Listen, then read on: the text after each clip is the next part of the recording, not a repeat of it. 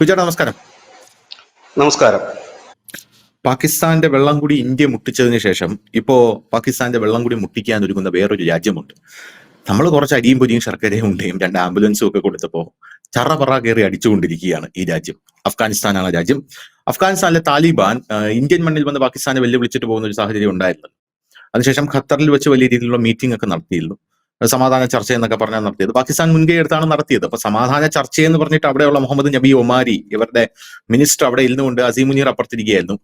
അസീം മുനീറിന്റെ അടുത്ത് പറഞ്ഞത്, നിന്നെ ഞങ്ങൾ ഇന്ത്യൻ ബോർഡർ വരെ ഓട്ടിച്ചിട്ട് അടിക്കുമെന്നാണ്. ഇതാണോ സമാധാനം എന്നാണ് അവിടെ ഇരിക്കുന്ന ഖത്തർ അമീർ വിചാരിച്ചത്. ഇത് പറയാനല്ല നിങ്ങളെ വിളിച്ചത് സമാധാനം പറയാനാണ്, അല്ലാതെ അടിയെക്കുറിച്ച് സംസാരിക്കാനല്ല.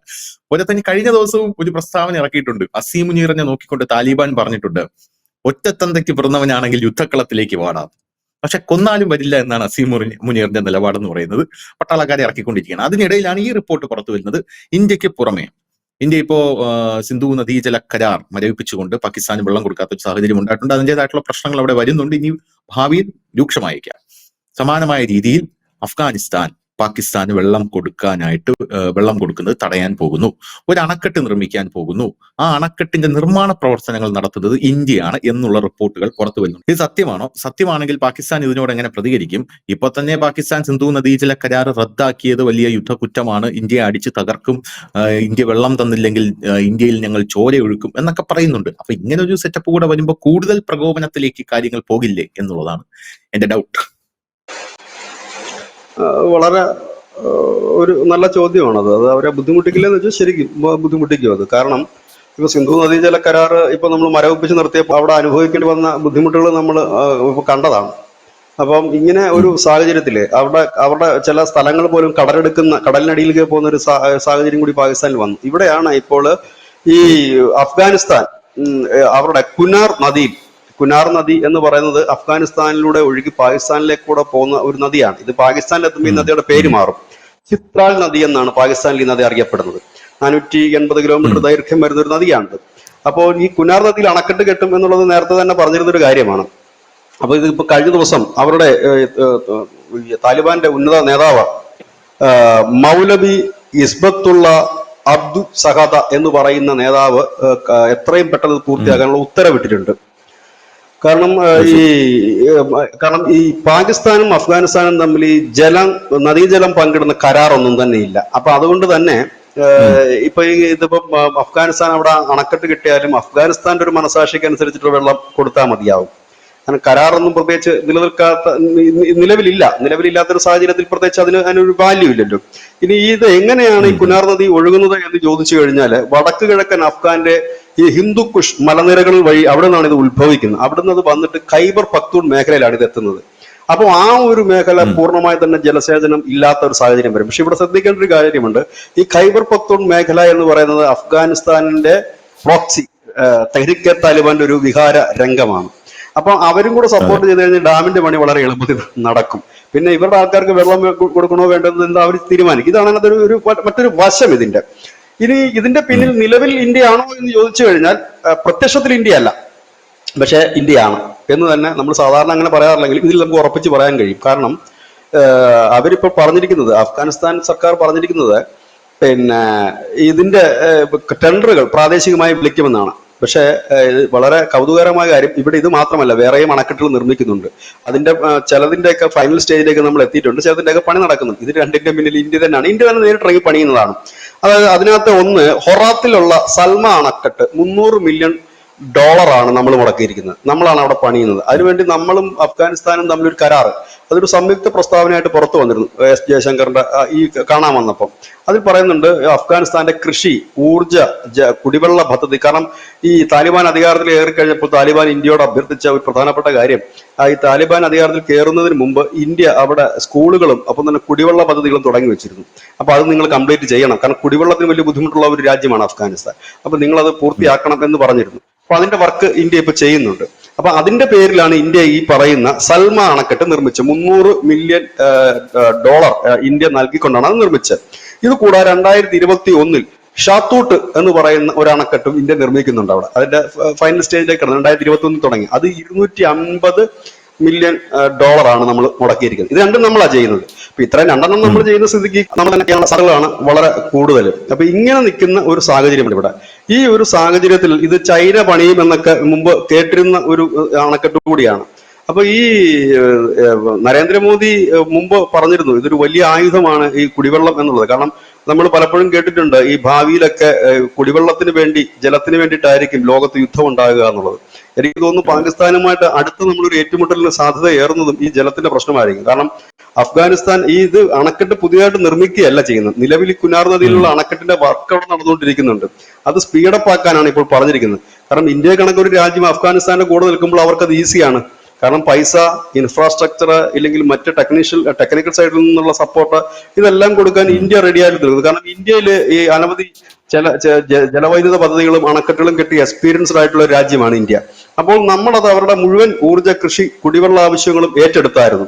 അപ്പൊ ഈ മുത്തക്ക് ഇപ്പോൾ ഇന്ത്യ വന്നപ്പോൾ എസ് ജയശങ്കറുമായിട്ട് സംസാരിച്ച അവരുടെ സംയുക്ത പ്രസ്താവനയിൽ പ്രധാനപ്പെട്ട ഒരു കാര്യം ഇതാണ്. ഈ ഒരു കാര്യം കൂടി നമ്മൾ ഉടൻ ചെയ്യുമെന്ന്. ഇപ്പൊ അതിന്റെ കൂടെ പശ്ചാത്തലത്തിലാണ് ഇത് കെട്ടുന്നത്. പക്ഷെ ഇത് കെട്ടിക്കഴിഞ്ഞാൽ അക്ഷരാർത്ഥത്തിൽ പാകിസ്ഥാന്റെ കുടിവെള്ളമാണ് മുട്ടുന്നത്. അപ്പൊ അതുകൊണ്ട് അവരിത് അടങ്ങിയിരിക്കുമെന്ന് തോന്നുന്നില്ല. കാരണം അവരിത് പ്രശ്നം ഉണ്ടാക്കും. പിന്നെ ഇത് അഫ്ഗാനിസ്ഥാന്റെ മണ്ണിൽ കെട്ടുന്നു. രണ്ടാമത്തെ കാര്യം, ഒരു പ്രധാനപ്പെട്ട പോയിന്റ് എന്താണെന്ന് വെച്ച് കഴിഞ്ഞാൽ പാകിസ്ഥാനും അഫ്ഗാനിസ്ഥാനും തമ്മിൽ ജലം പങ്കിടുന്നതിനെ ഉള്ളൊരു കരാറില്ല. ഇപ്പൊ സിന്ധു നദീജലമായിരുന്നെങ്കിൽ കാലഹരണപ്പെട്ടതാണെങ്കിൽ പഴയ ഒരു കരാറുണ്ടായിരുന്നു. ഇവർക്ക് കരാറില്ല. കരാറില്ലാത്ത സ്ഥിതിക്ക് എന്ത് പറയാൻ കഴിയും? ഒന്നും പറയാൻ കഴിയില്ല. അതായത് അഫ്ഗാനിസ്ഥാന് ദയ തോന്നിയാൽ വെള്ളം കിട്ടും, ഇല്ലെങ്കിൽ വെള്ളം കിട്ടില്ല. ആ ഒരു സാഹചര്യത്തിലേക്കാണ് നീങ്ങുന്നത്. അതായത് അക്ഷരാർത്ഥത്തിൽ പാകിസ്ഥാനെ ഇന്ത്യ രണ്ട് ഭാഗത്തു നിന്നും വരിഞ്ഞു മുറുക്കുന്നു എന്ന് തന്നെ നമുക്ക് പറയേണ്ടി വരും. ഇന്ത്യയിൽ സിന്ധു നദീജലത്തിന്റെ കരാർ റദ്ദാക്കിയത് മൂലം ഇന്ത്യയിൽ നിന്നുള്ള കുടിവെള്ളം മുട്ടിച്ചു. അതിന് സമാനമായ രീതിയിൽ അഫ്ഗാനിസ്ഥാനിൽ നിന്നുള്ള കുടിവെള്ളം മുട്ടിക്കാൻ ഇന്ത്യ തന്നെ മുൻകൈ എടുക്കുന്നു എന്ന് നമുക്ക് ഉറപ്പിച്ച് പറയാൻ കഴിയും. കാരണം ഈ നേരത്തെ ഞാൻ പറഞ്ഞ രണ്ട് അണക്കെട്ടുകളുടെ നിർമ്മാണം ഇന്ത്യ തന്നെ മുൻകൈയായിട്ട് നടത്തുന്ന വേറൊരു രാജ്യത്തിലേക്ക് അത് പോകാൻ സാധ്യതകളൊന്നും തന്നെയില്ല. പെട്ടെന്ന് പണി തീർക്കുമെന്നും പറയുന്നു. ഇപ്പോഴത്തെ അഫ്ഗാനിസ്ഥാന്റെ സാമ്പത്തിക നില വെച്ചത് പെട്ടെന്ന് പണി തീർക്കണമെങ്കിൽ ഇന്ത്യ കണക്ക് ഒരു രാജ്യം വന്നെങ്കിൽ അവർക്ക് പെട്ടെന്ന് പണി തീർക്കാൻ കഴിയുള്ളൂ. ഇങ്ങനെ നിൽക്കുന്ന ഒരു സാഹചര്യം. അടിക്കടി അഫ്ഗാനിസ്ഥാൻ മുനീറിനെ വെല്ലുവിളിക്കുന്നു, പാക് സൈന്യത്തെ വെല്ലുവിളിക്കുന്ന ഒരു സാഹചര്യം. അപ്പം അവിടെ ഒരു സമാധാനം, ഒരു കരാറൊന്നും അവിടെ ഒപ്പിട്ടിട്ടില്ല. ഖത്തർ വിളിച്ചു ചേർന്ന യോഗത്തിൽ ഒരു ചെറിയ ധാരണ മാത്രമേ ആയിട്ടുള്ളൂ. ഈ ധാരണ ഏത് നിമിഷവും തകരാം. ഒരു നൂൽപ്പാലത്തിലൂടെയാണ് സഞ്ചരിക്കുന്നത്. ചെറിയൊരു പ്രകോപനം ഉണ്ടെങ്കിൽ പോലും ഈ ധാരണ തകരാം. ഈ ധാരണ തകർന്നു കഴിഞ്ഞാൽ, അതായത് പാകിസ്ഥാൻ ജീവിതത്തിൽ ആദ്യമായിട്ട് അവരിപ്പോൾ ഒരു പ്രത്യക്ഷമായി ടു വാർ ഫ്രണ്ടിൽ നിൽക്കുന്ന ഒരു അവസ്ഥയാണ്. ഒരു ഭാഗത്ത് ഇന്ത്യ, മറുഭാഗത്ത് അഫ്ഗാനിസ്ഥാൻ. ഈ രണ്ടിന്റെ ഇടയിൽപ്പെട്ട് നിൽക്കുന്ന ഒരു അവസ്ഥയിലാണ് പാകിസ്ഥാൻ. അതായത് പാകിസ്ഥാൻ കാലാകാലങ്ങളായി വിതച്ചതൊക്കെ അവർ കൊയ്തു തുടങ്ങുന്നു എന്ന് തന്നെയാണ് ഇപ്പോൾ മനസ്സിലാകുന്നത്. കാരണം അവിടെ തന്നെ ഭീകരവാദങ്ങൾ ആഭ്യന്തരമായിട്ടുണ്ട്. ഇത് കൂടാതെ ഇപ്പോഴിത്, അതായത് ഈ അഫ്ഗാനിസ്ഥാനും കൂടി കുനാർ നദിയിൽ ഈ അണക്കെട്ട് നിർമ്മിച്ച് ജലം തടയുകയാണെന്നുണ്ടെങ്കിൽ അത് പാകിസ്ഥാനിൽ തന്നെ വലിയ ആഭ്യന്തര കലാപത്തിന് കാരണമാകും. കാരണം പാകിസ്ഥാൻ ജനത്തിനെ സംബന്ധിച്ച് ഇതിനെതിരെയുള്ള ഇപ്പം നമുക്കറിയാം, സിന്ധു നദീജല കരാർ മരവിപ്പിച്ചത് മൂലം പാകിസ്ഥാനിൽ കുടിവെള്ള പ്രശ്നം ഉണ്ടായി. പക്ഷെ അവിടെ പ്രക്ഷോഭം തുടങ്ങിയത് ആർക്കെതിരെയാണ്? ഇന്ത്യക്കെതിരെയല്ല. അവിടെ പ്രക്ഷോഭം തുടങ്ങി അവിടുത്തെ സർക്കാരിനെതിരെയാണ്. നിങ്ങളുടെ കയ്യിരിപ്പുകൊണ്ടാണ് ഈ വെള്ളം കിട്ടാതെ വന്നത്, നിങ്ങൾ ഞങ്ങൾക്ക് വെള്ളം എങ്ങനെയെങ്കിലും എത്തിച്ചു തരണമെന്ന് പറഞ്ഞിട്ടാണ് ആഭ്യന്തരമായിട്ട് അവിടെ ഈ പഞ്ചാബ് പ്രവിശ്യയിലും സിന്ധു പ്രവിശ്യകളിൽ വെള്ളവും ഒപ്പം തന്നെ പാത്രങ്ങളും ഒക്കെ ആയിട്ട് തെരുവുകളിൽ നിറയുന്ന ഒരു സാഹചര്യം. അതൊന്നും പിന്നെ വലിയ വാർത്തയായിട്ടെങ്ങും വരുന്നില്ലെന്ന് മാത്രമേ ഉള്ളൂ. കാരണം അതിനേക്കാൾ വലിയ സംഭവങ്ങളാണ് പാകിസ്ഥാനിൽ ഓരോ ദിവസവും നടക്കുന്നത്. 25 പട്ടാളക്കാർ കൊല്ലപ്പെട്ടു, 50 പേര് ഇവിടെ കൊല്ലപ്പെട്ടു എന്നുള്ള വാർത്ത വരുന്ന ഈ പ്രക്ഷോഭങ്ങളൊന്നും നമ്മൾ കാണുന്നില്ലെന്നേ ഉള്ളൂ. മുമ്പ് നമ്മളത് ചെയ്തിരുന്നു. ഇടയ്ക്ക് എനിക്ക് തോന്നുന്നു 2 മാസം മുമ്പെങ്ങാണ്ട് അവിടുത്തെ പ്രക്ഷോഭങ്ങളെ കുറിച്ച് നമ്മളൊരു വാർത്ത ചെയ്തിരുന്നു. അങ്ങനെ നിൽക്കുന്ന ഒരു സാഹചര്യം. ഏതായാലും പാകിസ്ഥാനെ സംബന്ധിച്ച് ഇനിയുള്ള നാളുകൾ അത്ര ശോഭനമല്ല. ഇപ്പൊ അമേരിക്ക പിന്തുണയ്ക്കുന്നു എന്ന് പറഞ്ഞു കഴിഞ്ഞാൽ പോലും അതിനൊക്കെ ഒരു പരിധി ഉണ്ട് എന്നുള്ളതാണ്. കാരണം അഫ്ഗാനിസ്ഥാൻ എന്ന് പറയുന്ന ഒരു രാജ്യം ആരുടെയും അടിമയായിട്ട് നിൽക്കുമെന്ന് നമുക്ക് കരുതാനാകില്ല. കാരണം അടിമത്തത്തിൽ നിന്നും പോരാടിയിട്ടാണല്ലോ താലിബാൻ അവിടെ അധികാരം പിടിക്കുന്നത്. ആദ്യം ഈ അമേരിക്ക അവിടെ നിന്ന് ഓടിച്ചതിന് ശേഷമാണല്ലോ അവിടെ ഈ അവന്മാര് അധികാരം വന്നിരിക്കുന്നത്. അപ്പോൾ അവർ വീണ്ടും അതിനൊന്നും അടിയറ വെക്കും എന്ന് അവർ തോന്നുന്നില്ല. കാരണം അവരെ സംബന്ധിച്ച് പരിമിതമായ ഒരു ജീവിത സാഹചര്യത്തിൽ ജീവിക്കുന്ന ആളുകളാണ്. അപ്പോൾ അവർക്ക് എന്ത് കിട്ടിയാലും ലോട്ടറിയാണ്. അപ്പോൾ ഇന്ത്യ കണക്കൊരു വലിയ രാജ്യം നല്ല രീതിയിൽ അവിടെ സപ്പോർട്ടുമായി നിൽക്കുമ്പോൾ സ്വാഭാവികമായി തന്നെ ഇത് നടക്കും. കാരണം നമ്മളെ സംബന്ധിച്ച് വളരെ എളുപ്പത്തിൽ ഈ ഡാമുകളും മറ്റും നിർമ്മിച്ച് നമുക്ക് അതിനുള്ള എക്സ്പീരിയൻസും ഉണ്ട്.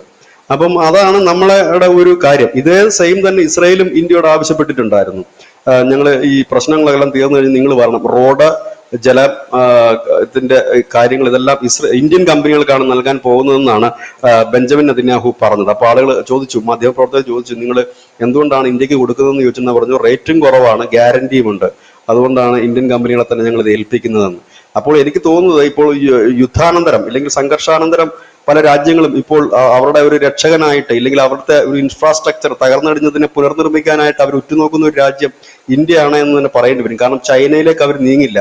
കാരണം ചൈനയ്ക്ക് നീങ്ങിക്കഴിഞ്ഞാൽ ഇവരുടെ പകുതി സ്ഥലവും കൊണ്ട് ചൈന പോകും. ഇന്ത്യ പിന്നെ ചതിക്കില്ല. ലോകത്തെ ഏറ്റവും വിശ്വസ്തനായ പങ്കാളി ഇന്ത്യയാണ് എന്നുള്ള രീതിയിലാണ് കാര്യങ്ങൾ മുമ്പോട്ട് പോകുന്നത്. ഇത് യൂറോപ്യൻ യൂണിയൻ രാജ്യങ്ങൾ തന്നെ തുറന്ന് പറഞ്ഞിട്ടുള്ള ഒരു കാര്യവുമാണ്. ഏതായാലും ഒരു മാറുന്ന ഒരു സാഹചര്യം, ഇവരുടെ സംഘർഷഭരിതമായ ഒരു സാഹചര്യം, ഈ ഒരു സാഹചര്യത്തിൽ എന്താണ് എന്നുള്ളത് കാണേണ്ടി വരും. കാരണം എന്തായാലും അഫ്ഗാൻ പാകിസ്ഥാൻ അടി ഉടൻ തന്നെ ഉണ്ടാകാൻ യാതൊരു തർക്കവുമില്ലാത്ത കാര്യമാണ്.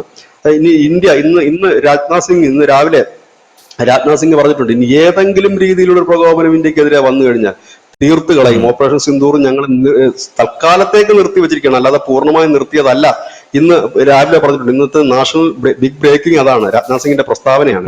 അപ്പൊ ഒരു ഭാഗത്ത് ഡെയിലി വെല്ലുവിളിച്ചുകൊണ്ട് അഫ്ഗാനിസ്ഥാൻ നിൽക്കുന്നു, മറുഭാഗത്ത് നമ്മുടെ രാജ്നാഥ് സിംഗ്, നരേന്ദ്രമോദി തുടങ്ങിയവർ ഓടി നടന്ന് വെല്ലുവിളിക്കുന്നു. ഇങ്ങനെ നിൽക്കുന്ന ഒരു സാഹചര്യം. ഈ സാഹചര്യത്തിലേക്ക് ആണ് ഈ ചൈന ഇപ്പോൾ സൈലന്റ് ആയിട്ട് നിൽക്കുന്നു എന്ന് കരുതിയിട്ട് നമ്മൾ അവര് ഒതുങ്ങി എന്ന് നമ്മൾ കരുതരുത്. കാരണം അവർക്കൊരു വലിയ ലക്ഷ്യമുണ്ട്. കഴിഞ്ഞ ദിവസം നമ്മൾ കണ്ടതാണ്, അവരുടെ ചില ദ്വീപുകൾക്ക് മുകളിലൂടെ ഓസ്ട്രേലിയൻ വിമാനങ്ങൾ പറന്നപ്പോൾ അതിനെ അവര് തുരത്തി ഓടിച്ചത് കണ്ടതാണ്. കാരണം അത് ശരിക്കും പറഞ്ഞാൽ ഡിസ്പ്യൂട്ടിൽ കിടക്കുന്ന ഒരു ദ്വീപാണ്. ശരിക്കും അവരുടെ അതൊരു ചൈനയുടെ വ്യോമാതിർത്തി പോലും ഇല്ല, പക്ഷെ ചൈന പറയുന്നത് ഞങ്ങളുടെ വ്യോമാതിർത്തി എന്നാണ്. അപ്പോൾ അങ്ങനെ നമ്മൾ കണ്ടതാണ്. അപ്പൊ എവിടെയോ എന്തൊക്കെയോ വരുന്നു.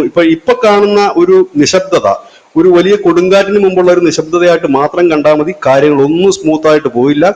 ഒരു പക്ഷേ നമ്മൾ ചിലപ്പോൾ ഈ ട്രംപിന്റെ ഒക്കെ കാര്യം പറയാതെ പോകുമ്പോൾ ആളുകൾ വിചാരിക്കും എന്താ അത് പറയാത്തത്. കാരണം നമ്മൾ കഴിഞ്ഞ ദിവസം ഇന്നലെയൊക്കെ അത് ചർച്ച ചെയ്തിരുന്നു, എണ്ണയുടെ കാര്യമൊക്കെ.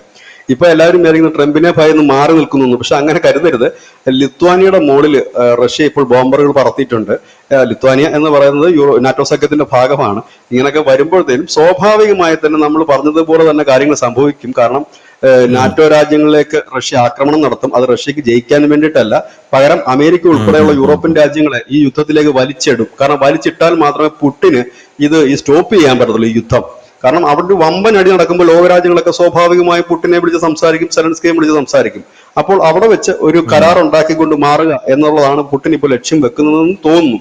അതല്ലാതെ പുടിൻ ഇതിനകത്ത് തോറ്റുമടങ്ങിക്കഴിഞ്ഞാൽ ഇത്രയും നിന്നിട്ട് ഇനി തോറ്റുമടങ്ങുക അദ്ദേഹത്തെ സംബന്ധിച്ച് നഷ്ടമായിരിക്കും. മറ്റൊന്ന്, ഈ 3 വർഷം യുദ്ധം നടത്തിയിട്ട് എന്ത് നേടി എന്നൊരു ചോദ്യം ചരിത്രമെങ്കിലും തിരിച്ചു ചോദിക്കാതിരിക്കില്ല. അവരുടെ ജനം ചോദിക്കുന്നത് പോട്ടെ, ചരിത്രം. അപ്പം ഇതിനൊക്കെ ഉത്തരം പുടിന് കണ്ടെത്തേണ്ടതായിട്ടുണ്ട്. അതുകൊണ്ട് തന്നെ ഇങ്ങനെ ഒരു സംഘർഷത്തിനാണ് ഞാൻ സാധ്യത. മുൻപും ഞാൻ പറഞ്ഞിട്ടുണ്ട്, ഇപ്പോഴും ഞാൻ അങ്ങനെ തന്നെ പറയുന്നു. അതിനിടയിലാണ് പുതിയ അഫ്ഗാൻ പാകിസ്ഥാൻ വെള്ളപ്പോര് തുടങ്ങിയിരിക്കുന്നത്.